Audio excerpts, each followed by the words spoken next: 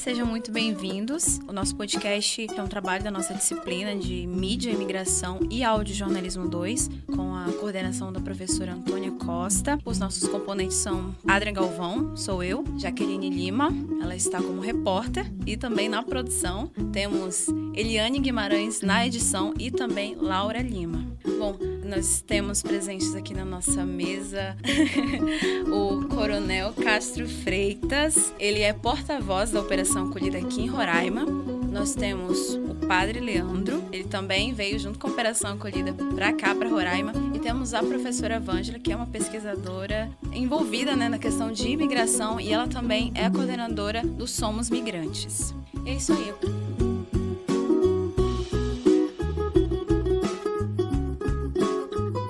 Nós vamos falar hoje sobre jovens, interiorização e também integração. E eu vou pedir para a professora Vângela falar para a gente sobre essa questão da imigração venezuelana. A gente sabe que é um tema bem pertinente aqui para a gente, do jornalismo aqui em Roraima, que deu um boom aqui e as pessoas têm falado bastante. Sim. Então, para a senhora colocar a gente, dar uma contextualização sobre o assunto. Olá, eu agradeço, de estar aqui com vocês, em boa companhia, e quem nos escuta também, que tem esse interesse em compartilhar esse tema. O que a gente tem feito aqui na universidade, do ponto de vista de refletir o processo migratório pela experiência transnacional aí da fronteira Venezuela-Brasil. Primeiro, eu acho uma atitude humana, Acho que antes de nascer um pesquisador, nasce o olhar de reconhecer no outro uma situação que qualquer um poderia viver ou pode vir a viver. Então, o primeiro momento, eu lembro ali que por volta de 2015, a gente já começava a observar o fluxo de venezuelanos, porque esse processo sempre foi muito mais o inverso, foi do Brasil para a Venezuela, Então, isso já começou a saltar os olhos, e isso vem se intensificando muito, principalmente a partir de 2017. Então, não há como a gente não perceber essa mudança nessa perspectiva humana, de pessoas que são forçadas a deixar a sua pátria e que são, acima de tudo, trazidas numa situação de, eu digo muito mais de incertezas, de insegurança, Porque, primeiro, a gente estava conversando antes aqui um pouco na informalidade sobre a questão da língua. A língua é nossa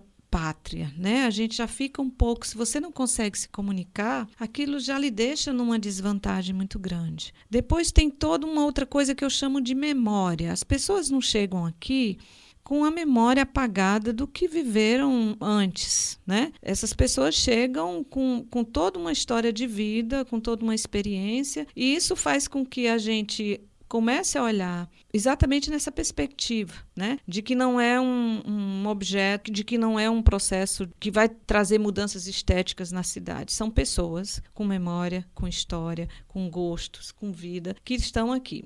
Então, o primeiro momento foi muito reativo, e eu lembro que o Centro de Ciências Humanas também teve uma atitude de começar a agir, a sociedade civil organizada, as instituições religiosas, As pessoas, independente de estarem organizadas ou não, começaram a agir nessa perspectiva também humana de prestar um auxílio para, num outro momento, ter uma atitude mais organizada desse enfrentamento dessas questões humanitárias pela participação da própria Operação Acolhida e das políticas públicas de um modo geral. Então, esse é mais ou menos o cenário que dá para enxergar nessa retrospectiva tão recente, e aí a gente já saiu desse momento reativo para um momento de refletir criticamente as diferentes perspectivas no campo das ciências, no campo do conhecimento. No meu caso, no campo do conhecimento da comunicação, mas também acompanhando muito de perto e empiricamente as histórias de vida, porque é nas histórias de vida das pessoas que a gente consegue, a partir disso, fazer alguma reflexão mais epistemológica na ciência. Não pode fazer do nada, a gente tem que fazer a partir desse empírico. E dentro desse empírico tem muitas histórias, inclusive de jovens. Um tema que é bastante discutido e que a gente vê aqui em Roraima, ao mesmo tempo que eles são acolhidos por ONGs, por instituições religiosas, também tem um sentimento de rejeição. Sim. Querendo ou não, a xenofobia, ela aumentou de forma alarmante. A senhora trata disso também nas suas pesquisas? Sim, agora a gente já está começando a fazer uma classificação, só que a gente olha isso de uma janela, né? A janela daquilo que é publicado nos meios de comunicação. E além do que é o próprio texto jornalístico, que eu acho que há algumas questões ainda, trabalhar isso como um problema, trabalhar isso como uma crise, não vai nos ajudar em nada, trabalhar isso como sempre uma vinculação associando a criminalidade à nacionalidade, isso não ajuda. Mas a gente também trabalha a própria recepção difusa que aparece ali nos comentários das matérias, e é lá. Porque, querendo ou não, a linguagem jornalística tem uma padronização, mas a manifestação à vontade das pessoas é onde tem o maior reservatório, vamos dizer assim, da xenofobia, da rejeição, do preconceito, dos estigmas. E, assim, a gente observou também um movimento. No começo, as manifestações de acolhimento por parte da população, elas estavam ali. Mesmo que não seja a maioria, mas estavam. Hoje se tem um contraponto muito tímido e cresce muito mais. Eu não sei se é porque as pessoas que querem se dizer chateadas com o processo, elas têm mais a energia de ir lá e comentar, mas tem comentários muito fortes. Na pesquisa que a gente fez, eu fiz com uma professora também da Universidade Federal do Amapá, e a gente tem já um estudo nesse campo, publicado inclusive numa revista lá da Polônia. O que a gente descobriu é que esses comentários, eles mostram fraturas.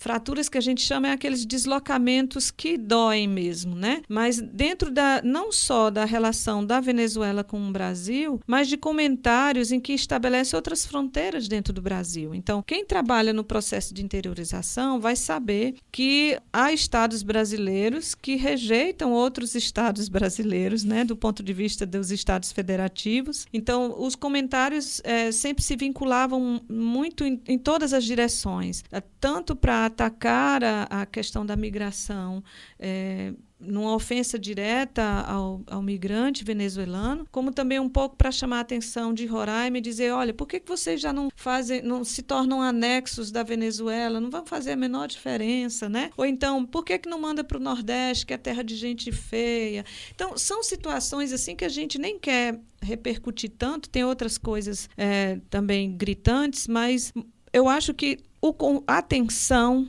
os conflitos, as diferenças do ponto de vista dessa marcação do preconceito, elas vão continuar existindo. Eu acho que o que a gente precisa, como diz mesmo, mirar é na outra frente, no outro trabalho, numa outra perspectiva, em outras narrativas, né? Então, assim, não se deixar abater, porque tem horas que a gente pensa, não vai ter jeito, né? Não vai ter como a gente fazer um tipo de enfrentamento a essas situações. Mas tem muita gente também que tem essa percepção de que nós estamos aqui também todos num processo migratório, né? Que nós temos uma transição, que a gente precisa muito mais cuidar um dos outros e cuidar da casa que nos recebe temporariamente nessa existência. Somos todos migrantes, né? Uhum. Então, falando sobre integração, qual o seu olhar sobre isso? A senhora acha que de 2015 para cá, para 2019, houve uma maior integração dos imigrantes venezuelanos aqui em Roraima? Eu não saberia dizer, assim, porque, de fato, Adri, eu não olhei muito para isso do ponto de vista de estudar, né? Mas o que eu afirmo com muita, assim, convicção é de que, se a gente consegue incluir um pouco mais, a gente muda. E essa inclusão, ela é processual, ela é contínua. Ela não precisa ser algo tão estrondoso, né? Mas eu vou lhe relatar algumas situações que passam um pouco por aquilo que a gente vai permitindo. Então, permitir um acolhimento de uma família que estava na praça no final de semana. Por quê? Porque no final de semana eu estou em casa, né? E achava que era uma condição melhor para aquelas pessoas pelo menos se deitarem, ter uma condição de higiene, usar um banheiro. Vocês não imaginam o que é isso, a rua, a Cali, né? E aí, assim, essa família, a gente já estabeleceu uma relação de amizade. E, assim, dessa relação de amizade, eu convidei para participar da colação de grau de um filho, que tinha outras pessoas do meu circuito de amizade, que também foram, e que já conseguiram, por exemplo, do seu trabalho lá, de um desses meus amigos brasileiros, lembrar que há um processo de menor aprendiz, e que uma das meninas, né, dessa família foi contemplada, fez entrevista, passou. Então, o que é? É um circuito simples, cotidiano. A gente vai mexendo essas peças no cotidiano e às vezes você olha, já tem uma possibilidade de integração, de inclusão, de aceitação. Isso a gente faz também no projeto Somos Migrantes, a gente faz quando traz isso para as disciplinas. Tem um processo hoje em discussão ali no seminário que é educomunicação. O que você pode fazer na sua disciplina que possa ajudar a contribuir para a gente não achar que a diferença é sempre uma coisa ruim, pelo contrário. A diferença tem que ser apreciada, porque é na diferença que a gente melhora, né? Em todos os aspectos. Não para se tornar assim, eu vou lhe aceitar a ponto de me tornar como você é. Não, mas é para aceitar que existe essa diferença e ela nos enriquece. Então, nas disciplinas de jornalismo comunitário desde 2015, a gente traz as pessoas, né? A gente convida os migrantes venezuelanos para participarem de construção de outras narrativas, como vocês estão fazendo agora, né? Isso faz com que a universidade não fique tão distante. Isso faz com que daqui a pouco eles comecem a entrar aqui e dizem, olha, mas eu estive aqui antes, né? Por outra oportunidade. Então, a educação a gente sabe, se fez diferença na sua vida, se fez diferença na vida de todos nós, por que não vai fazer diferença na vida das pessoas que estão hoje vivendo um processo de apartamento, assim, de separação, de isolamento do seu lugar de vida? Eu acredito nisso. Você é perfeita, mulher. Bom. Não. Sim. Desculpa. Muito obrigada. Muito obrigada pela participação. Também, viu? Viva Venezuela, mi pátria bella. Bom, falando de interiorização, agora, né, como foi falado, nós também temos na mesa o porta-voz da Operação Acolhida, que é o Coronel Cássio Freitas. Coronel, fala pra gente sobre a Operação Acolhida e o trabalho dela nesse processo de interiorização dos venezuelanos aqui em Roraima. Tudo bem, bom dia, boa tarde, boa noite a todos. E primeiro agradecer a oportunidade. Para a gente é sempre muito importante poder falar um pouco da Operação Acolhida. Então, a nossa operação ela começou de fato em março do ano passado, março de 2018, e a gente estava falando aqui dos venezuelanos, né? Como é que eles estavam Quem viveu, eu já morei em Boa Vista nos anos de 2015 e 2016, e retornei em 2019. Eu peguei o início dessa mudança, né? dessa migração dos venezuelanos para cá, para o Brasil. E foi realmente um baque quando nós vimos aqui a quantidade de venezuelanos que nós tínhamos e a gente percebeu a responsabilidade que a gente tinha nas mãos de lidar com vidas, né? Muito importante. Uma coisa que a professora falou também, né? E você também assinou embaixo ali, somos migrantes, somos todos migrantes. Eu sou do estado do Rio Grande do Sul. No Rio Grande do Sul nós temos, é um estado colonizado aí com uma grande colonização alemã, italiana, polonesa. No estado de São Paulo temos vários japoneses, holandeses, no Brasil inteiro. E por que não venezuelanos também? Por que não venezuelanos? Então, daqui a alguns anos a gente vai falar também desse povo venezuelano que muitos aí vão ter filhos, netos brasileiros, mas com origens na Venezuela, né? Com pais, avós venezuelanos. Então, assim, a nossa responsabilidade, né? Nós trabalhamos em 3 pilares. Primeiro, o ordenamento de fronteira, lógico, que começou a nossa missão. Então, que era o quê? Colocar ordem na fronteira, a gente receber as pessoas, ter um controle de quem está entrando, já realizar um cadastro dessas pessoas, para já pensando futuramente na inserção dessas pessoas no mercado de trabalho. Então, mais à frente vou falar aqui da interiorização, né, as 5 modalidades de interiorização. Mas, então, essas pessoas entram no Brasil, elas passam por um posto de recepção e identificação. Lá eles recebem, têm a oportunidade de tirar a identidade, CPF, carteira de trabalho, são vacinados, passam por atendimento de saúde, aqueles que muitos, eu estive em Pacaraima já algumas vezes, então tive a oportunidade de ver companheiros aí, irmãos venezuelanos chegando ao Brasil uma condição de saúde fraca, né? Então, nós temos um posto de atendimento avançado em Pacaraima, e essas pessoas são atendidas lá, e lá eles permanecem por cerca de uns 15 dias, pelo menos, num alojamento de passagem, né, que nós temos lá, que é o tempo da imunização, né, o tempo mínimo para a imunização dessas vacinas que eles tomam. A partir daí, eles vão passar por uma segunda fase de abrigamento. Então, falei em ordenamento de fronteira, e depois eles vão para o abrigamento. Então, eles vêm para Boa Vista. Chegando em Boa Vista, nós temos 11 abrigos, um deles indígena, e os outros 10 abrigos, aí nós temos em torno de próximo de 6.000 pessoas abrigadas. Essas pessoas permanecem aqui até serem interiorizadas. Essa entrada no Brasil, ela pode acontecer de várias maneiras. Uma delas, por turismo. Então a pessoa vem visitar o Brasil, outras vêm realizar compras, e tem aqueles que querem vir, estão vindo como se declaram refugiados, e alguns para residência temporária. Esses residência temporária, eles dizem que têm condições de se manter no Brasil, condições de se manter sozinhos. E aqueles que realmente se consideram desassistidos, né, ou são mais vulneráveis, são aqueles que de fato vão para os nossos abrigos. Então, passado esse tempo de abrigamento, os abrigos, eles têm várias ONGs, né? Nós temos 115 ONGs trabalhando, apoiando o nosso trabalho. Além, eu, por exemplo, sou integrante da Força Tarefa Logística Humanitária. Vem a ser a Força Tarefa. Às vezes as pessoas confundem e falam assim, o senhor é do Exército. Sim, eu sou do Exército, mas eu faço parte da Força Tarefa, que então são as 3 Forças Armadas: Exército, Marinha e Aeronáutica. Nós estamos aí com em torno de 500 militares do Exército, mais uns 70 da Marinha, uns 30 da Força Aérea.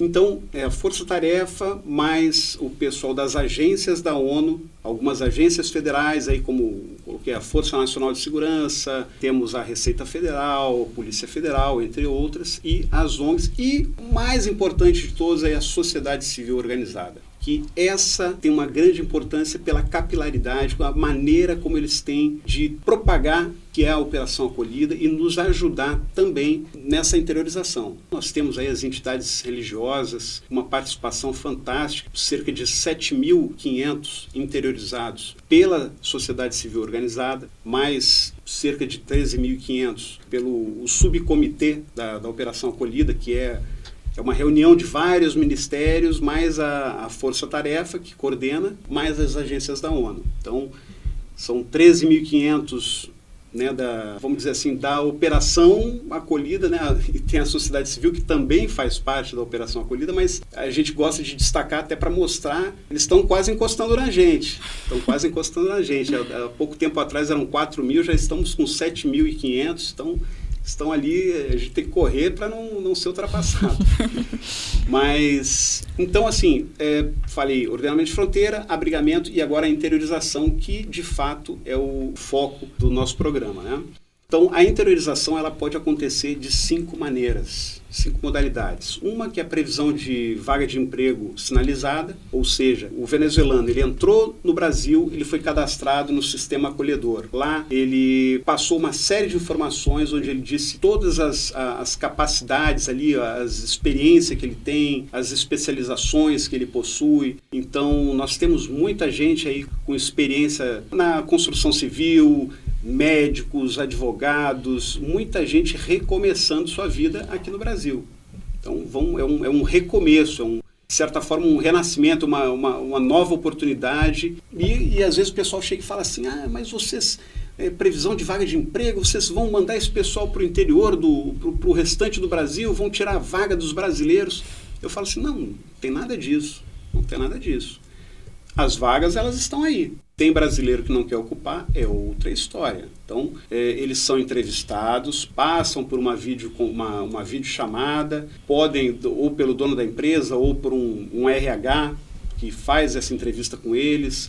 Às vezes, eles solicitam a nós, Força Tarefa, para também, se é possível, a gente verificar a capacitação de alguns. Por exemplo, se não me engano, Maringá contratou recentemente vários motoristas de caminhão, então categoria D. E eles pediram apoio do Exército, mas assim, da Força Tarefa, tá? Para usar os nossos caminhões, nossas viaturas, para verificar realmente a capacidade que eles declararam. Então, o brasileiro, quando vai para os Estados Unidos, ele está tirando vaga do americano? Não, ele não está tirando vaga do americano, ele está ocupando uma vaga de emprego que, por alguma razão, o americano não quis ocupar, ou existia aquela vaga e ele simplesmente ocupou aquela vaga. Aqui no Brasil, a mesma coisa. Sem falar que nós temos também muita gente, engenheiro de petróleo.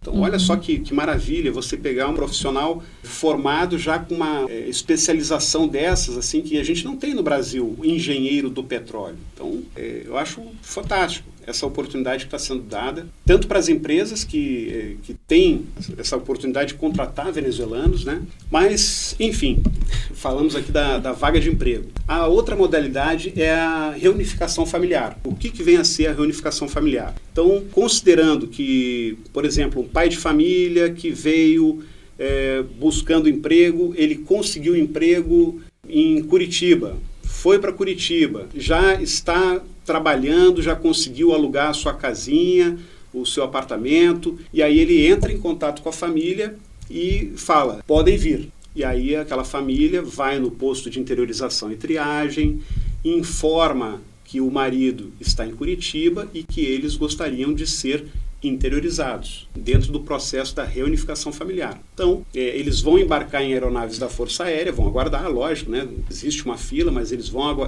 embarcar em aeronaves da Força Aérea e vão seguir para Curitiba posteriormente. Às vezes é o interior, ele vai até um ponto em aeronave e depois vai de ônibus, tudo acompanhado pelo pessoal da Força Tarefa e por representantes da OIM, que é a Organização Internacional de Migração. Bom, existe um terceiro processo, uma terceira modalidade, que é a reunião social, que é muito similar à reunificação familiar. A diferença é que não é família, mas às vezes uma vizinha que é divorciada, por exemplo, e está lá com 3 filhos, e aquela amiga chegou e falou, você não quer vir aqui morar com a gente? E aí, não, então vamos lá. E aí a gente faz um processo bem semelhante para levar essa família seguindo um processo bem semelhante. Existe também uma quarta modalidade que é institucional, então ele sai de um abrigo aqui de Boa Vista, por exemplo, né, administrado pelo governo federal, e vai para um abrigo na outra cidade, administrado pelo estado ou pelo município, até ele ser inserido no mercado, mas assim, então ele sai de um abrigo daqui para um outro abrigo. E a última modalidade é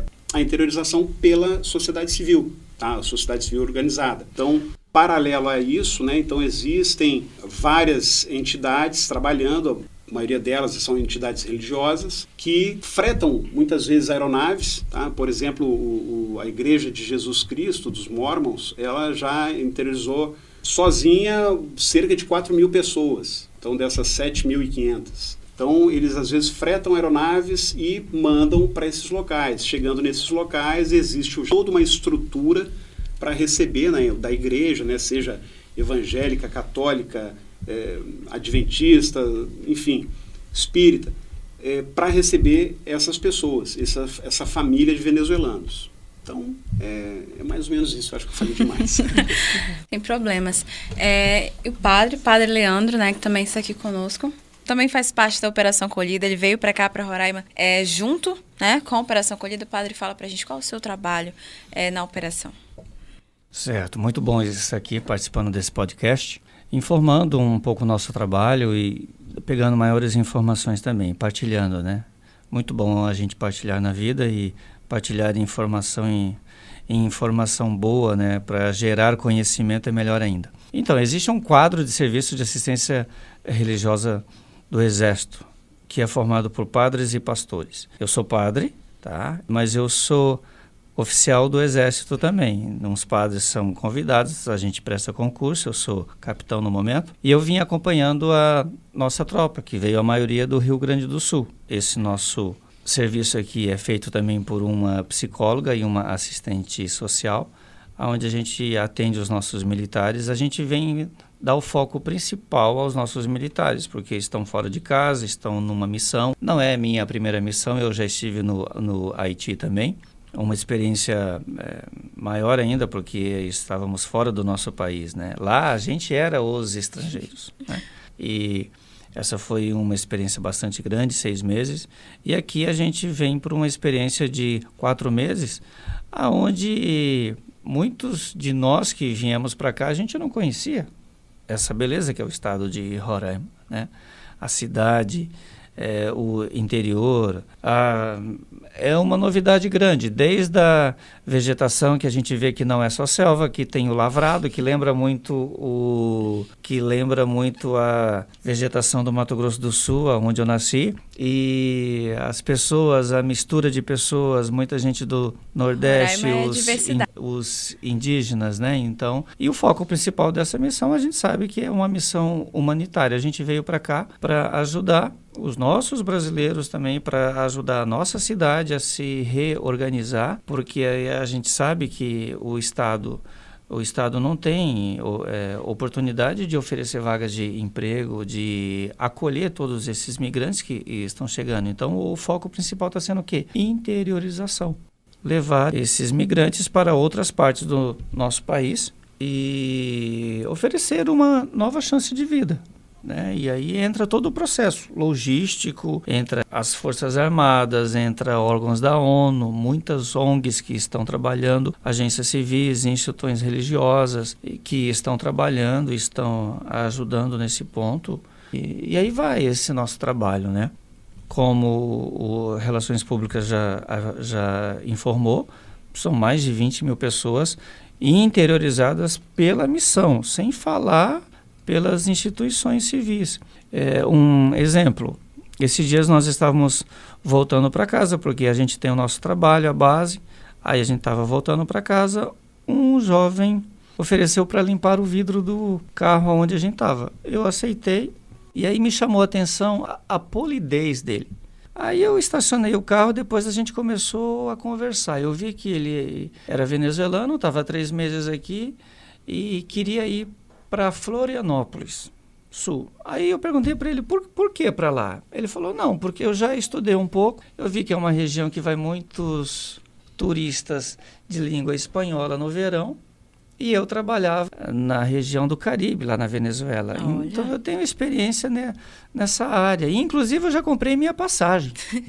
Eu falei, nossa, que legal. Aí eu falei, e o emprego tem? Ele falou, não.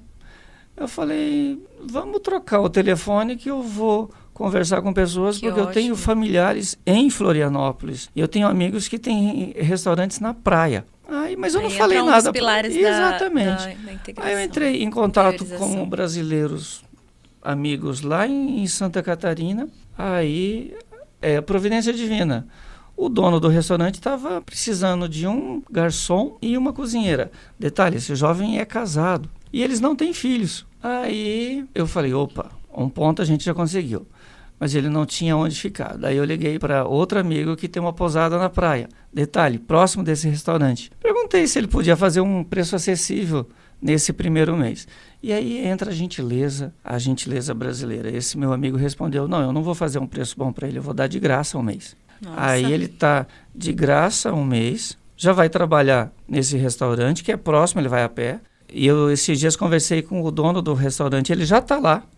Já foi para Santa Catarina, até estranhou um pouco o frio, porque no inverno faz frio lá.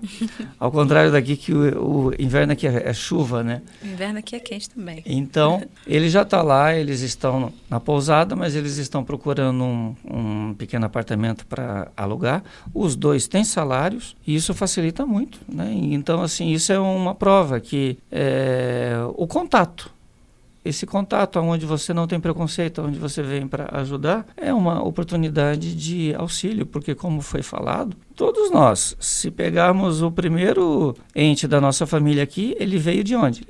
Muito provavelmente ele veio de fora. Poucos são os que têm raiz total aqui, que são os indígenas, né? Então a gente vê que nossas fronteiras estão abertas, a gente está recebendo e o foco principal é oferecer uma oportunidade digna de vida. Porque esse pessoal está vindo sofrido, está vindo vulnerável. Eles não estão vindo porque a situação está muito boa e eles querem uma experiência num outro país vizinho. A situação não está boa e eles vêm sofridos, eles vêm pobres para cá, em sua grande maioria. E a gente vê que algumas pessoas têm ainda uma condição de vida e aí existe... Esse jovem, por exemplo, ele tinha feito uma economia e ele comprou a passagem daqui para Santa Catarina, mas muitos não têm essa condição. Uma dúvida que surgiu aqui é como que ocorre a escolha das cidades. São os imigrantes, os que querem ser interiorizados, que escolhem? Como que funciona Depende da situação. Se um migrante chega, ele tem um parente já numa cidade e esse parente pode recebê-lo na casa lá, ele vai para essa cidade. E existe uma parte nossa que está à procura de empregos pelo Brasil. Então, tem empresas também que estão oferecendo emprego. Aí a pessoa, ela se cadastra no posto de triagem, né? E aí existe essa seleção. É feita uma entrevista, daí a pessoa vai para um lugar do nosso país. Hoje, na maioria, os estados que mais estão recebendo é Amazonas, São Paulo, Santa Catarina, Mato Grosso do Sul, Minas Gerais também. E aí vai. Certo. Nossa, é um trabalho muito, muito bonito da Operação Acolhida, né? E ela já está atuando desde o ano passado, que você falou, né? Certo. Bom, muito obrigada pela participação de vocês. Vocês querem falar mais alguma coisa? Padre, coronel? Eu queria, em primeiro lugar, aqui agradecer, né? Eu já havia agradecido a oportunidade de falar, mas agradecer também à comunidade roraimense, então, pela compreensão. Nós aqui da Operação Acolhida estamos aqui para ajudar. Recentemente tem muitos assuntos aí que a gente poderia ter falado também, mas inclusive a questão de saúde, né? Então, por exemplo, na saúde nós temos aí ações sendo realizadas. Tivemos recentemente voluntários do país inteiro que tiveram aqui por 3 semanas no mês de outubro, realizando esse trabalho voluntário em algumas igrejas, né? Então ficaram junto a algumas igrejas, tanto católica, quanto evangélica, quanto centro espírita, e realizando esses atendimentos médicos aos venezuelanos. Então esse atendimento médico também visa desafogar o atendimento no HGR, nos demais hospitais aqui da cidade. Então, essa foi uma das finalidades. Paralelo a isso, nós também temos um ônibus que foi apelidado de Acolhidão. Esse Acolhidão, ele vai nas ocupações espontâneas. Então, até eu esqueci de falar, né? Então, nós temos aqui em Boa Vista os abrigos, né? Em torno de 6.000 pessoas nesses abrigos. Temos um posto de recepção e apoio que fica junto à rodoviária. Esse posto de recepção e apoio recebe também mais em torno de 1.000 venezuelanos. É o local onde nós temos um pernoite protegido. Então as pessoas, ao cair da noite, eles recebem as carpas, né, as barracas, barraca tipo iglu. E nesses locais eles têm 3 refeições ao dia, refeições essas doadas também pela sociedade civil. É um trabalho muito bacana, um trabalho voluntário muito bacana. E também é disponibilizado local para eles tomarem banho, local para as crianças. A Unicef também, e tem ONGs que trabalham com as crianças enquanto os pais saem para trabalhar emprego, local para lavagem de roupas, local para recebimento de doações e refeitório.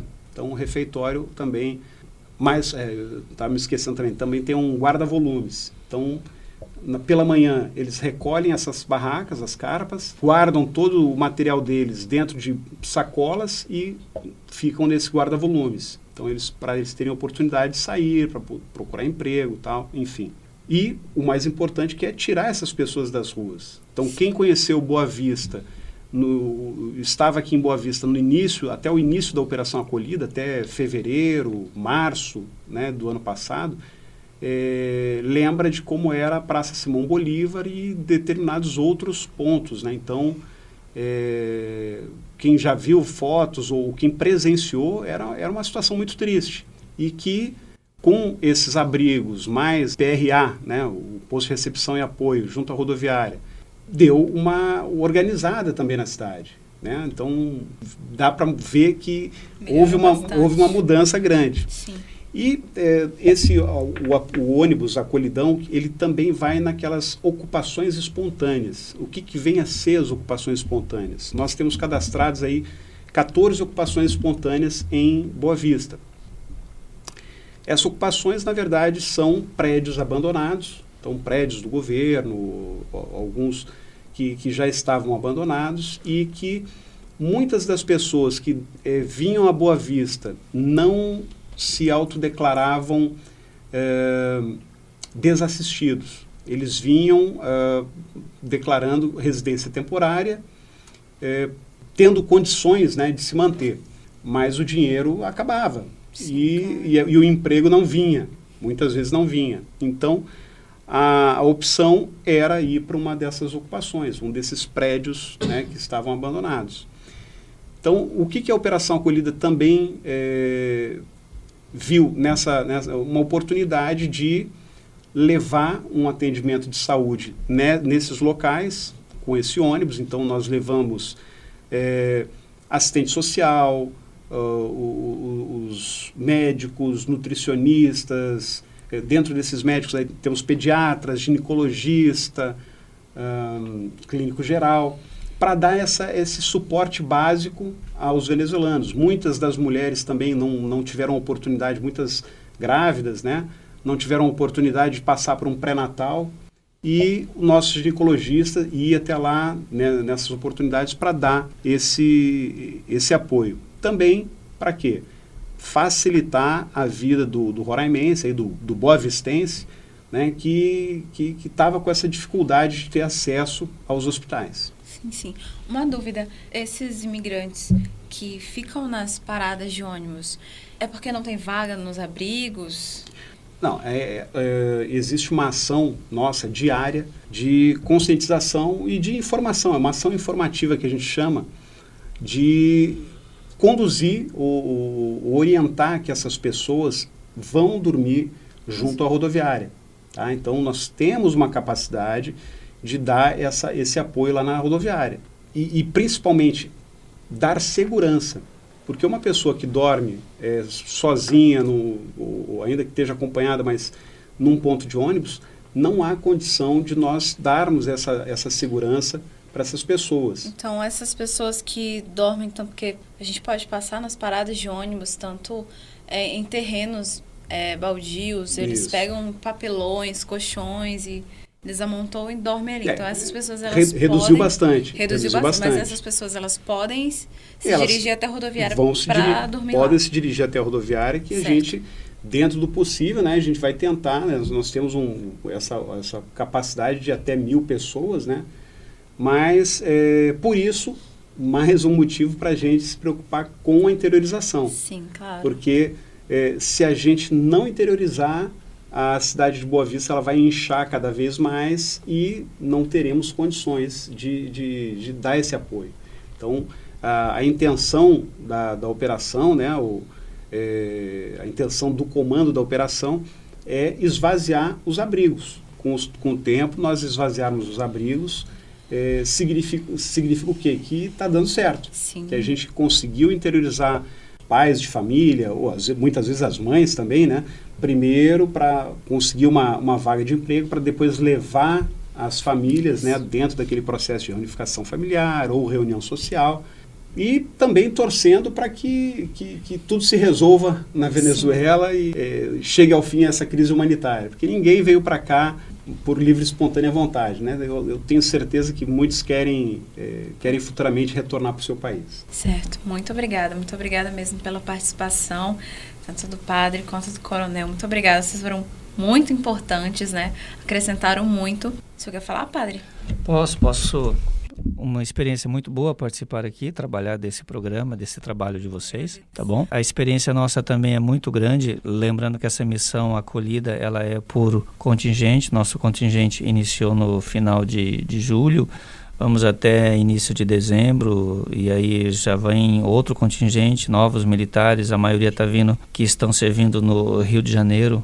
Então, assim, vai ser uma mudança, a gente volta para casa com mais experiência, a gente volta para casa com a consciência que a gente está ajudando o nosso país também, a ajudar o país vizinho, porque seria prático se as fronteiras estivessem fechadas, mas aí a gente não estaria ajudando. Nós não estaremos fazendo esse gesto humanitário, né? Porque eles estão precisando e nós estamos com as portas abertas, recebendo todos que estão chegando. Então, que nosso Deus abençoe esse nosso trabalho, a missão, esse povo aqui de Roraima, um povo muito querido. Espero voltar aqui para passear outro momento. Experiências muito boas. Deixo amigos aqui e isso é muito importante. A gente vai levando histórias, levando pessoas, a gente deixa um pouco da gente, leva um pouco, e isso é uma oportunidade. Isso é uma oportunidade que o Exército também oferece a nós militares, que rodamos o nosso país e às vezes um pouco do mundo também. Então, parabéns para vocês e informar, como eu disse, informar com boas informações, porque hoje a gente sabe que rola muita mentira, muita fake news, mas aqui a gente tem informações verdadeiras para um real conhecimento. É assim que se constrói uma cultura de acolhimento, uma cultura de integração. Tá bom? Certo, muito obrigada.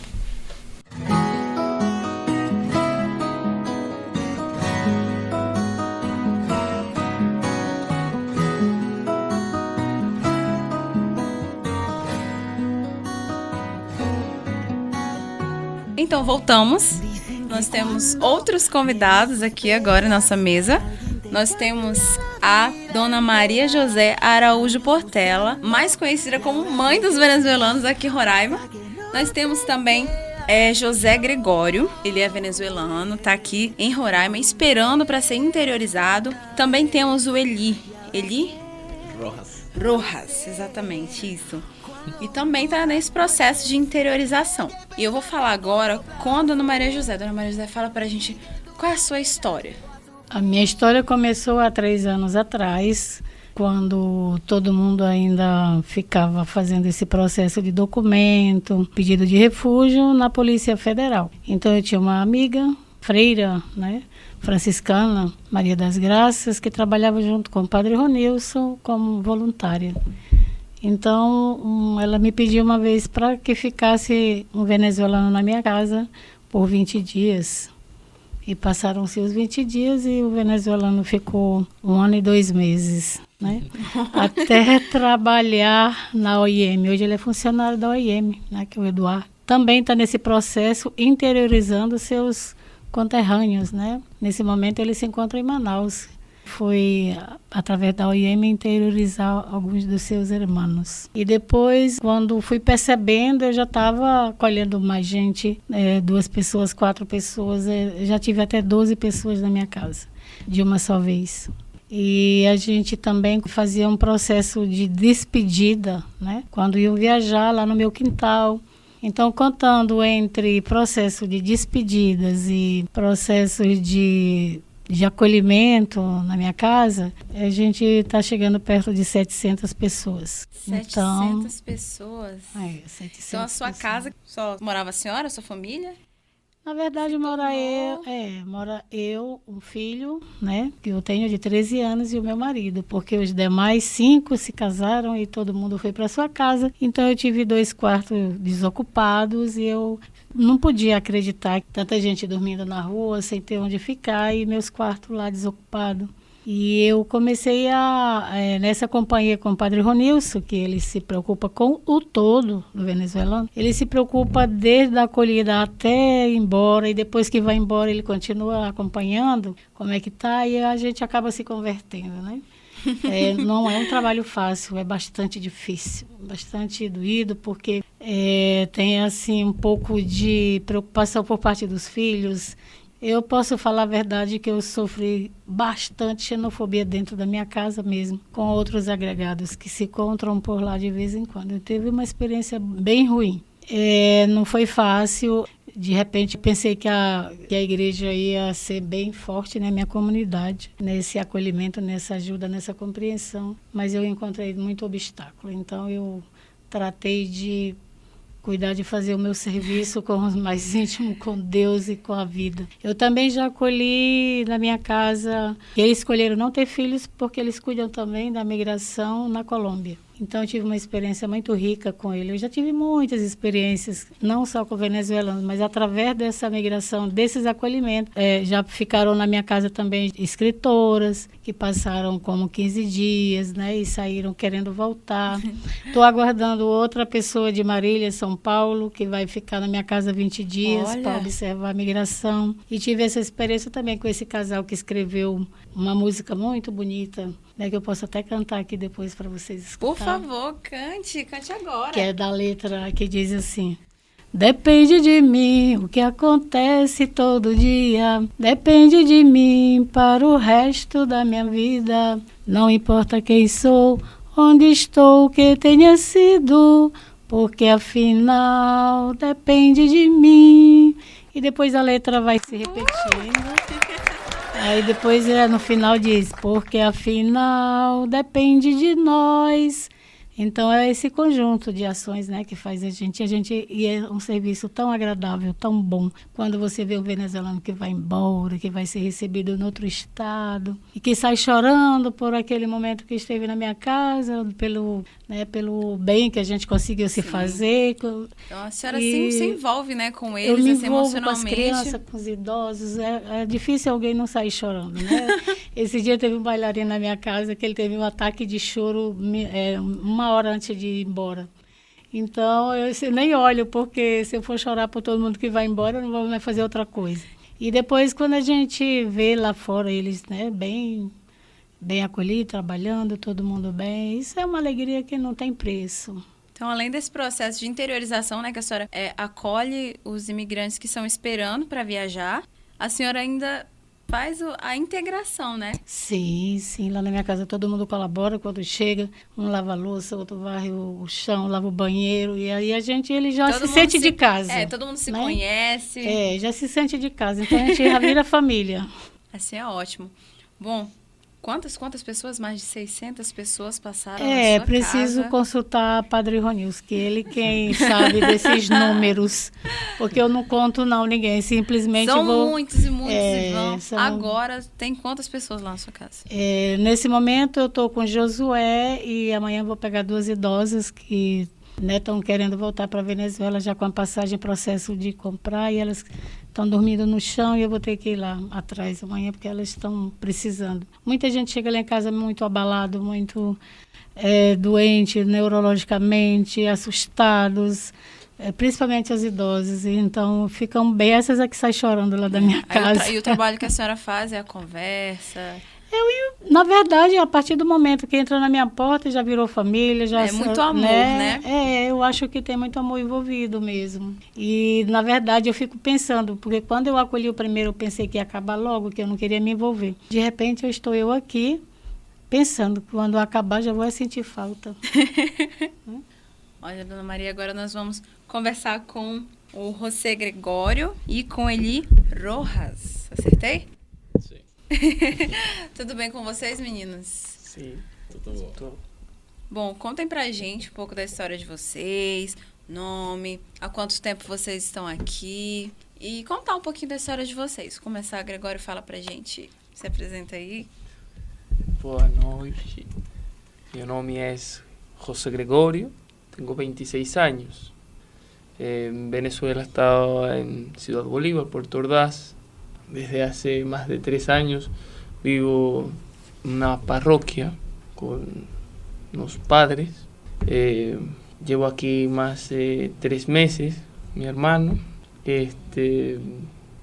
Al principio pues nos tocó llegar pues en la calle, la rúa, porque de venida a Pacaraima acá me robaron pues el teléfono, pues nos robaron, sí, pues como 8 de la noche. Me robaron el teléfono pues saliendo de misa. Estaba ya con el padre Jesús saliendo de misa, yo solo. caminando a donde quedaba. Y pues a esa hora pues robaron mi teléfono, pues mis cosas, todas esas cosas. Y pues desde ahí pues empezó la cosa un poco más difícil para venirnos hasta Cabo Vista. Y empezamos pues a quedarnos en la calle, un poco difícil tanto para ambos, porque jamás había estado en la calle, no sabía a quién pedir ayuda acá.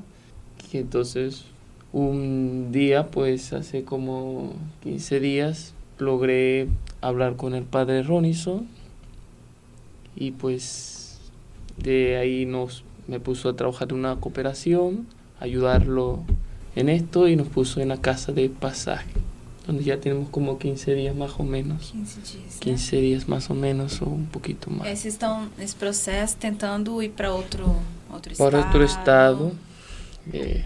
Mañana el padre nos va a decir pues a dónde nos va a mandar y estas cosas. Estamos aguardando ahora cuándo sería, pero creo que será pronto, porque ya María ha hablado conmigo y pues ha dicho que ya tiene algo más o menos visto para dónde nos van a mandar. Certo. E você, como jovem, né? 26 anos? 26. 26 anos, é um jovem. Quais as tuas expectativas para o futuro? Como os teus sonhos? Você pretende voltar para a Venezuela? Tem família lá na Venezuela? Sí. O que você pretende para o futuro? Bueno, en un futuro pues estabilizarme, bien sea acá en Brasil o en Venezuela, pues a veces uno extraña un poco más a la familia allá y está cerca pues de ellos, entonces... Tem família lá na Venezuela? Sí, un filio y pues mis familias, pues mis hermanos, mi padre, mi abuela fue la que me crió, entonces poco difícil ahora separarnos. A saudade. Sí, entonces... Complicado. E assim, com relação à integração, né? Como é um assunto que a gente tem falado bastante aqui, você sentiu alguma dificuldade para se integrar aqui com os brasileiros? Un poco, porque no me ha tocado pues el caso de la xenofobia, pero sí a algunos hermanos venezolanos que felizmente pues sí le ha tocado por culpa de otros venezolanos que pues han dejado pues muy mal el nombre de nuestro país, porque han venido a robar o han hecho pues hasta a nosotros mismos, a propia gente pues que vienen de allá de Venezuela prácticamente sin nada, a buscar una mejor expectativa, y pues los roban, y pues creo que esa parte de xenofobia muy fuerte, pues sí me ha tocado ver partes donde brasileiros pues han insultado a venezolanos. Como que você lida com isso, com a xenofobia? ¿Ah? Como que você lida com a xenofobia? ¿Cómo falo para vocês? Con A el concepto de la xenofobia. xenofobia. Isso. ¿Cómo trato? Como você lida com isso? O que você ouve, você vê? Pues, ¿Cómo te Venezuelanos. sientes?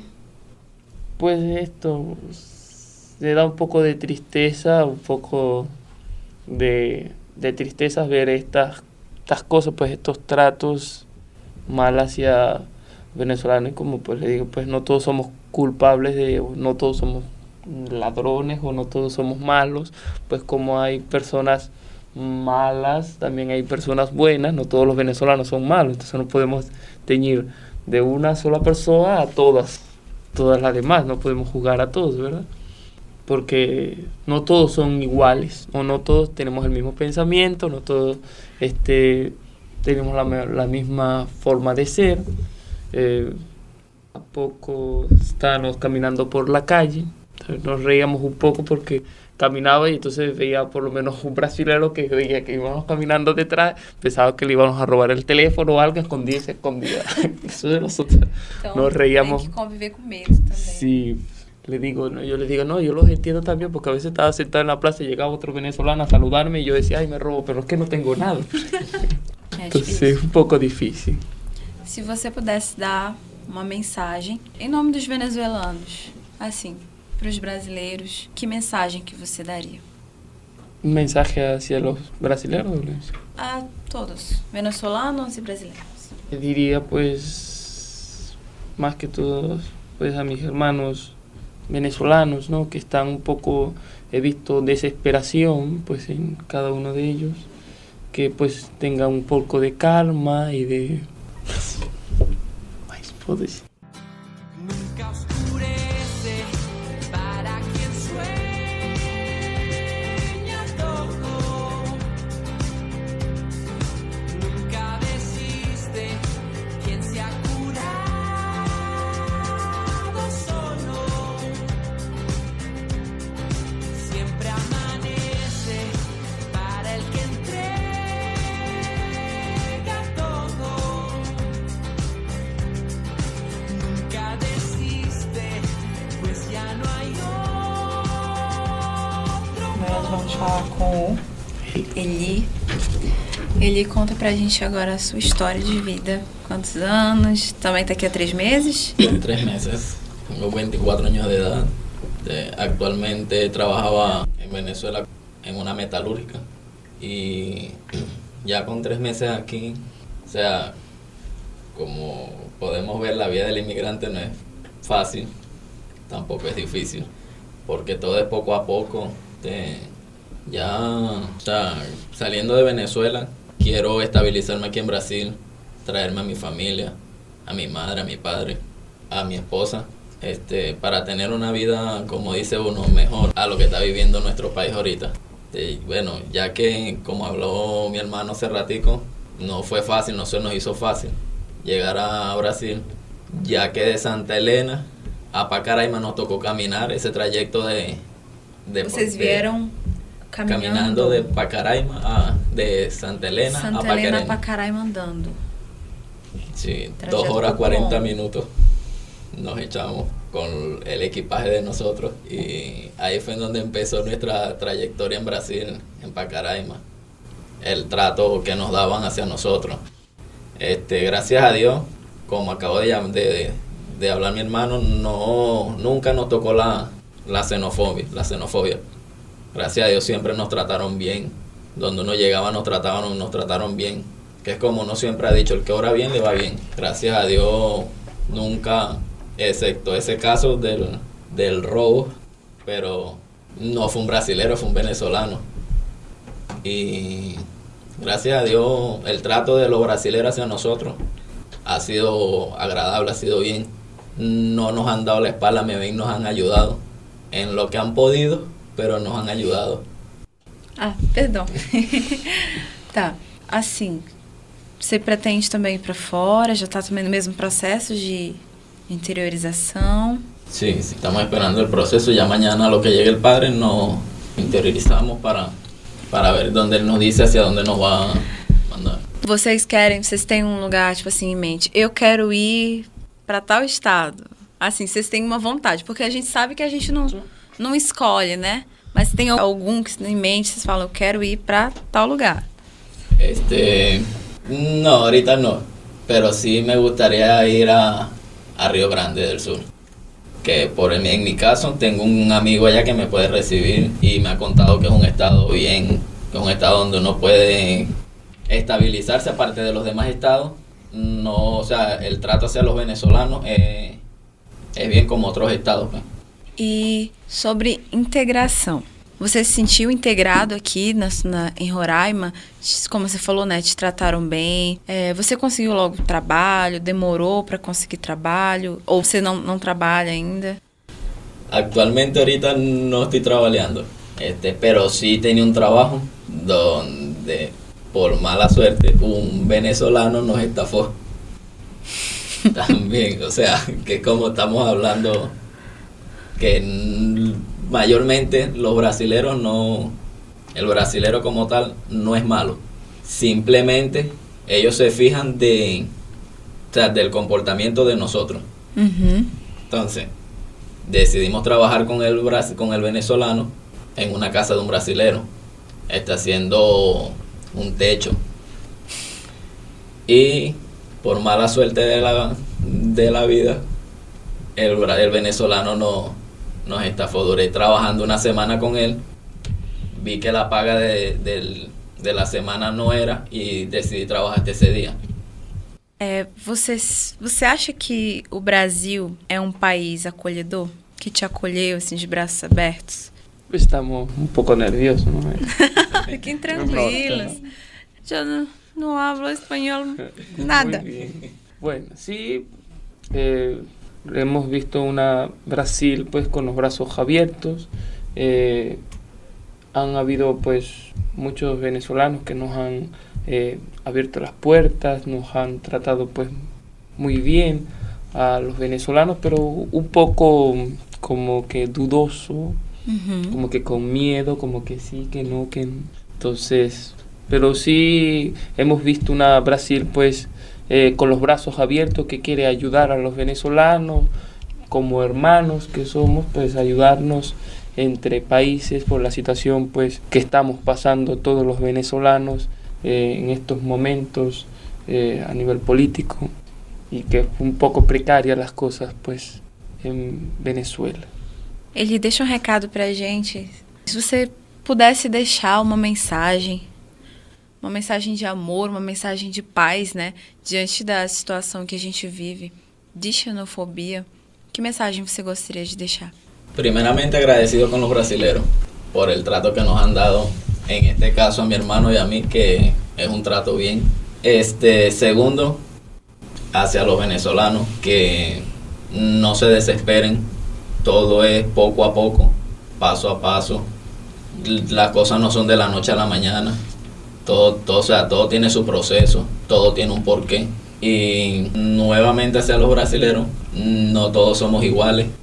Habemos personas buenas como hay personas malas, y por mala cosa de la vida nos tratan de meter a todos en la misma sacola, cosa que no es el deber, pero cada cabeza es un mundo.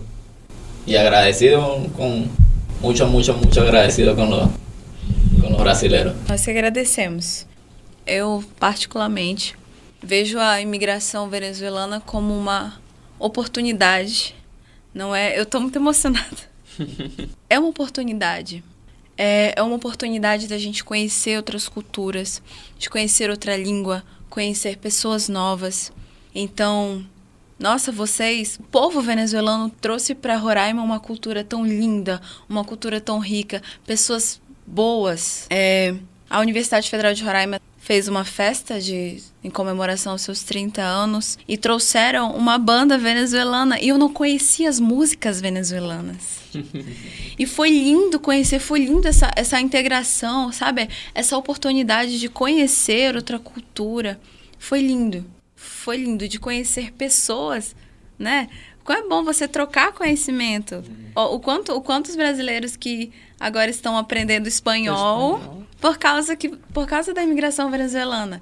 Eu mesmo agora eu preciso aprender espanhol para poder... En nuestro caso, en la casa de paso, hay un brasilero que él no habla español. Ahora habla. Y ahora aprendió a hablar español con los venezolanos que han estado pasando por la casa de... Olha a importância. Sim. Olha a importância da troca de contato, a troca de informação.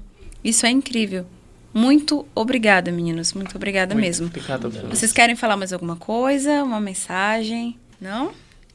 Tudo bem. E a senhora quer deixar? Eu poderia dizer assim que a minha escola é minha casa, né? A minha escola de espanhol. Eu entendo quase tudo, porém não estou exercitando ainda. Mas assim, eu gostaria de dar uma chamada para nossos irmãos brasileiros também, né? Na questão da atenção de se colocar no lugar do outro, né? Que a gente não faz isso. A gente, às vezes, não quer saber da fome do outro, às vezes a gente não quer saber da aparência do outro que chega sujo. Hoje, na minha casa, chegou um rapaz que ele sempre vem pedir comida na porta porque ele disse, olha, eu já ouvi dizer que nessa casa as pessoas são felizes, que todo mundo que está aqui tem a oportunidade de viajar. Então eu pedi para ele ir lá fazer a entrevista dele, mas eu acho que ele tem alguns problemas com dependência química e não tem como a gente conseguir uma integração, porque as pessoas quando pedem quando vão acolher, elas querem saber do perfil, né? Então a gente, quer dizer, o problema é um pouco mais grave, porque aí precisa de tratamento, precisa de outras coisas assim para poder ser encaminhado para a vida. E esse é um processo muito difícil. É muito difícil cuidar da dependência química, né? A pessoa nessa situação de rua, de fome, de miséria, é incrível como as pessoas... É muito difícil você abraçar uma causa dessas, né? Eu digo por mim também. Então eu ainda penso. O maior exercício do amor é essa cooperação que a gente faz com o outro, né? Dentro das nossas casas. Porém, às vezes eu estou taxada de besta, porque... Enfim, mas eu não me importo mais, eu já aprendi a escutar essas coisas, eu não quero mais... Isso não me atinge mais quando alguém diz, nem por parte de ninguém. Então, mas é um processo muito difícil, se colocar no lugar do outro, tentar dar a mão. Mas também, quando você consegue fazer esse exercício, é muito bom. Não tem, assim, palavras, não tem dinheiro que pague, não tem... É, assim, uma realização muito pessoal, né, de cada um. É por isso que eu ainda fico pensando, depende de mim, depende de nós, né? Se todo mundo começa a exercitar esse amor de acolhimento com o outro, olhando o outro a partir da sua necessidade, a partir da sua fome, a partir da sua falta de esperança, porque uma pessoa na rua com fome fica meio desesperado, né? A gente quer saber mesmo de conforto, do nosso próprio conforto. Muito obrigada, Dona Maria José, mãe dos venezuelanos aqui em Roraima, né? Muito obrigada, isso é o que meninas. dizem, né? Mas eu acho que eu sou um pouco madrasta também, né, Josué? Oxi. Bom, obrigada mesmo. Mais do que aprender sobre interiorização, nós aprendemos sobre integração, aprendemos sobre amor ao próximo, aprendemos sobre respeito, né, à diversidade. Então, eu aprendi muito. De verdade, muito obrigada. Agradeço as meninas, né, que estão envolvidas aqui na produção desse podcast, Dona Maria José, ao coronel, ao padre, aos meninos, Eli, Gregório, ao operador de áudio, qual é o nome? Tarlisson. Obrigada, Tarlisson. Ao Luan também, né, que ele é o bolsista aqui do estúdio de áudio, de jornalismo. Agradeço também a nossa professora, Antônia Costa, ela também está aqui no estúdio com a gente, acompanhando todo o processo, em busca, né, dos entrevistados. Ela fez a mediação, ela trouxe os meninos aqui pra gente, foi lá buscar o Eli e o Gregório lá na casa de passagem, trouxe aqui para conversar com a gente. Então, muito obrigada, professora, obrigada, meninos, de verdade. Muito obrigada. Eu tenho certeza de que você, ouvinte, você que está ouvindo esse podcast, você será iluminado. Você terá assim, ficará extasiado. Tanta informação, tanta coisa boa, tanto sentimento bom, né? Tanto aprendizado legal que a gente teve aqui. Muito obrigada. E assim nós encerramos nosso podcast para a disciplina de mídia e imigração y audiojornalismo. Obrigada, ouvinte. Beijos. Seguir luchando es la garantía. Si es que mis horas se fueran parado en tierra y guerreando, prefiero eso que estar con la crisis modelándote. Un carro, 1000 joyas y otro anhela tener comida en la olla. Valiente, valiente. La fe nunca la debo perder. Tengo que ser más fuerte, subir mi voluntad a otro nivel de espíritu rebelde. Valiente para mejorar este presente y por fin saber lo que se siente. Ellos son los fantásticos, todos de Venezuela.